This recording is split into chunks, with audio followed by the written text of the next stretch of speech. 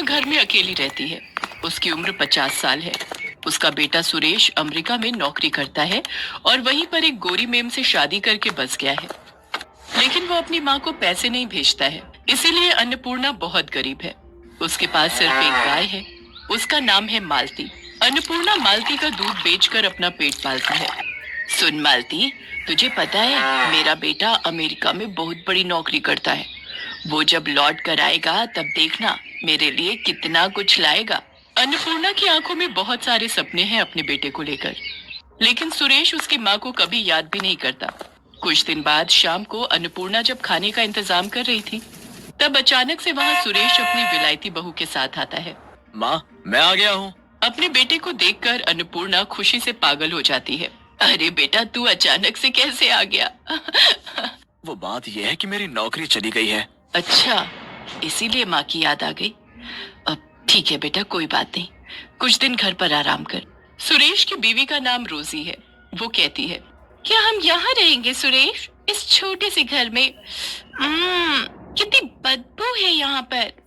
हाँ बहू, वो मेरी गाय है ना मालती, उसी के गोबर से थोड़ी दुर्गंध फैलती है। तो निकाल दो उस गाय को। अरे ऐसे कैसे निकाल दूं?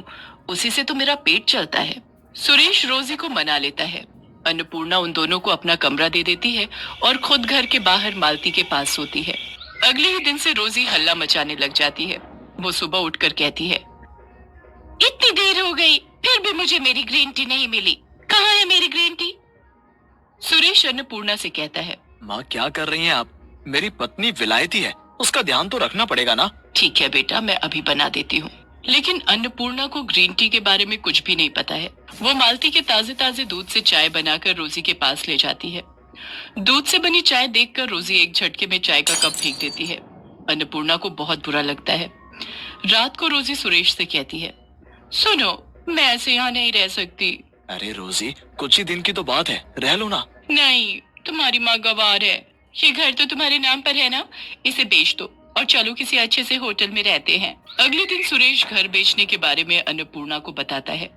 अन्नपूर्णा रोते हुए कहती है, ये क्या कह रहा है बेटा? इस घर में तेरे बापू की यादें हैं।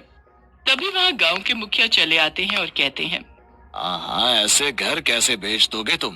तुम्हारी माँ कहाँ रहेगी फिर? वो सब हमें क्या पता, ये घर सुरेश के नाम पर है। हम ये घर बेचकर चले जाएंगे। आप होते कौन हो हमारे बीच में बात करने वाले? मुखिया जी बहुत अपमानित महसूस करते हैं। सुरेश घर बेच देता है और अपनी बीवी को लेकर वहां से चला जाता है। वो दोनों एक महंगे से होटल में रहने लगते हैं और इधर अन्नपूर्णा अपनी प्यारी गाय मालती को लेकर रास्तों पर निकल पड़ती है। वो बहुत उदास है और उसकी आंखों में नमी है। ये क्या हो गया भगवान, अब मैं क्या करूं? मेरे खुद के बेटे ने मेरे साथ धोखा कर दिया। अन्नपूर्णा बस दूध बेचती रहती है और उससे जो थोड़े बहुत पैसे मिलते हैं वो उससे अपना गुजारा करती है। वो रास्ते में रहती है। इसी तरह कुछ दिन बीत जाते हैं। मालती एक दिन किसी के खेत में घुस जाती है और घास खाने लगती है। ये देखकर खेत का मालिक मालती को भगा देता है और अन्नपूर्णा को आकर धमकी देता है, देख बुढ़िया, तेरी गाय अगर मेरे खेत में दोबारा घुसी तो मैं इसे मार डालूंगा। कोई उपाय न देखकर मालती एक चाय की दुकान के पास जाती है। वहाँ चाय के पत्तों का ढेर पड़ा हुआ था। मालती वही खाने लगती है। वो बहुत सारे चाय के पत्ते खा लेती है। उसके बाद वाले दिन सुबह अन्नपूर्णा जब मालती से दूध निकालने जाती है तब एक चमत्कार हो जाता है। दूध के बदले चाय निकलने लगती है। अन्नपूर्णा चौंक जाती है। अरे ये क्या, मालती दूध में ही चाय दे रही है। गजब हो गया, ये तो चमत्कार हो गया। कुछ ही देर में चारों तरफ ये खबर फैल जाती है और बहुत सारे लोग गाय से निकलने वाली चाय पीने के लिए लाइन में खड़े हो जाते हैं। अन्नपूर्णा एक कप चाय 10 रुपए में बेचती है। सब कुछ देखकर मालती के चेहरे पर भी मुस्कान आ जाती है। चारों तरफ हड़बड़ी मच जाती है। वाह, ये चाय तो कितनी स्वादिष्ट है। मुझे एक और कप दो, मुझे भी दो, इस बोतल में भी दो, मुझे घर ले जाना है। अन्नपूर्णा पूरा दिन चाय बेचती है। इस तरह एक दिन में वो हजारों रुपए कमा लेती है। हे भगवान, आपका लाख लाख शुक्र है, आपकी वजह से ये चमत्कार हो पाया है। मालती भी अपनी भाषा में भगवान को धन्यवाद देती है। कुछ महीने ऐसे ही चाय बेचकर अन्नपूर्णा बहुत अमीर हो जाती है और वो रहने के लिए शहर में एक घर खरीद लेती है। चाय बेचने के लिए एक दुकान भी खरीद लेती है और घर के बाहर एक खुली जमीन भी खरीद लेती है। ताकि मालती आराम से टहलते हुए घास खा सके। ऐसे ही खुशी खुशी दिन बीतने लगते हैं, लेकिन उस तरफ सुरेश को कोई नौकरी नहीं मिल पाती है। अब क्या होगा रोजी, मुझे नौकरी नहीं मिल रही है और घर बेचकर जो पैसे मिले थे वो भी खत्म होने को हैं। अब हम इस होटल में भी नहीं रह सकते। ये सुनकर रोजी गुस्सा हो जाती है और कहती है, तो फिर तुमने मुझसे शादी क्यों की? गरीब भिखारी कहीं के। शादी से पहले तो कितना कुछ बोलते थे। मगर अब एक होटल का भाड़ा भी नहीं दे सकते।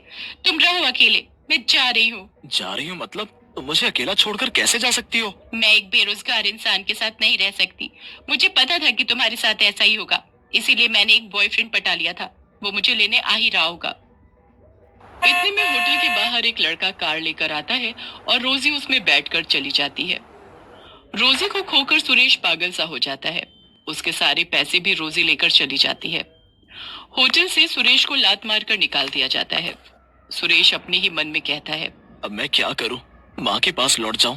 नहीं नहीं, मैं माँ को अपना चेहरा कैसे दिखाऊं? सुरेश पागलों की तरह रास्तों में घूमता रहता है और भीख मांगकर अपना पेट पालता रहता है। एक दिन घूमते घूमते उसे चाय देने वाली गाय के बारे में पता चलता है, लेकिन उसके पास पैसे नहीं है। वो लाइन में खड़ा हो जाता है और अपनी बारी आने पर कहता है, क्या आप मुझे एक कप चाय दे सकती हैं? मुझे बहुत तेज भूख लगी है, लेकिन मेरे पास पैसे नहीं है। सुरेश को देखकर अन्नपूर्णा तुरंत पहचान लेती है। अरे बेटा तू? माँ, आप? अन्नपूर्णा सुरेश को गले लगा लेती है और रो पड़ती है। सुरेश भी रो पड़ता है। वो अपनी माँ को सब कुछ बताता है। सब कुछ सुनकर अन्नपूर्णा कहती है, कोई बात नहीं बेटा, सब ठीक हो जाएगा, सब कुछ ठीक हो जाएगा, मैं हूं ना। माँ, मैंने आपके साथ बहुत बुरा किया। क्या आप मुझसे गुस्सा नहीं हो? एक माँ कभी अपने बेटे पर गुस्सा रह सकती है क्या? आजा बेटा, ये सब कुछ तेरा ही तो है। हमेशा याद रखना बेटा, माँ तो माँ ही होती है। माँ जैसा प्यार इस दुनिया में कोई नहीं कर सकता। सुरेश रोते हुए फिर से अपनी माँ को गले लगा लेता है। इसके बाद से सुरेश और अन्नपूर्णा मिलकर चाय बेचने लगते हैं। माँ बेटा मिलकर बहुत खुश रहते हैं। सुरेश को माँ की ममता और प्यार की कीमत पता चल जाती है और मालती खुशी खुशी चाय देकर इस परिवार का हिस्सा बनी रहती है।